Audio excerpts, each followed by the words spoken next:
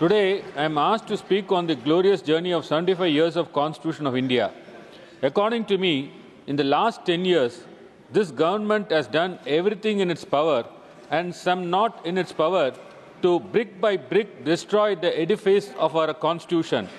From undermining Parliament to erosion of institutional integrity of other constitutional bodies to misuse of governmental power and stripping the fundamental rights of citizens, the very fabric of our Constitution has been ripped to shreds by this government. Firstly, parliamentary sovereignty. Has this government respected this august house? In 17th Lok Sabha, more than 221 bills were passed, but one-third of these bills were passed with less than an hour of discussion or with no debate. No discussion on worst genocides have been committed in Manipur. Standing committees have been reduced to paper committees. In the 17th Lok Sabha, only 16% of the bills were referred to standing committee for detailed examination, in contrast to 71% of the bills referred to standing committee in UPA regime. Important bills were passed without any debate, which made the Chief Justice of India to comment on it. Secondly, the judiciary. I would say the undeclared emergency now prevailing in this country is government's threat to independence of judiciary. Some High Court judges have started attending political meetings and giving speeches in language unheard of in this country in hopes of further elevation or post-retirement jobs. The collegium transfer of judges are not given effect to by the Law Ministry. The government interferes with elevation of judges to High Court and Supreme Court every now and then. Honest judges are mercilessly transferred, even in cases when they are having ailing parents or spouses.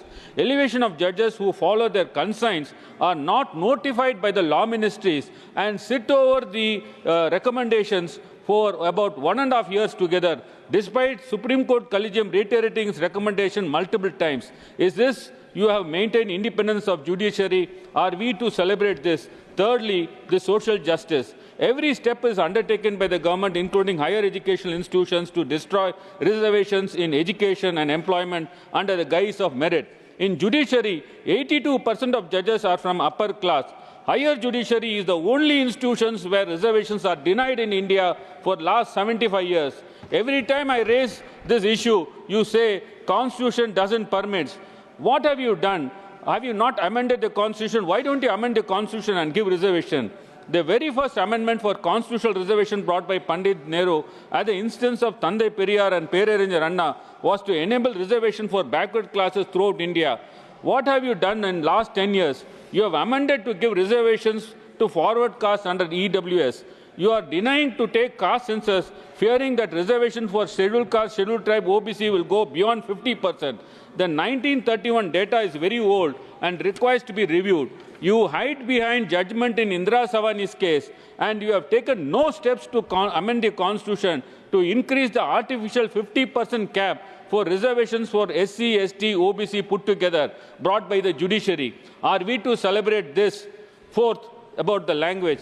The constitutional guarantee of linguistic diversity is wiped out with Hindi imposition, but you have consistently passed bills in the name of Hindi, in Hindi instead of English, in violation of Article 348.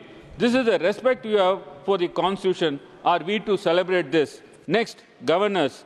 They are the death knell of state autonomy and cooperative federalism, who are acting as a political opponents and publicly contradict policy of the state governments, delay and even withhold the bills with regard to the bills passed by the state legislature. Are we to celebrate this?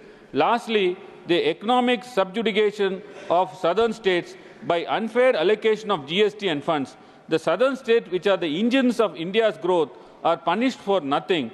Are we to celebrate this? Sir, I conclude by saying this government has given us no cause to celebrate by the injustice they have done to our Constitution. We will celebrate this in 2029 when DMK alliance forms government at the center. Thank you, sir. Thank you, Mani Wilson ji.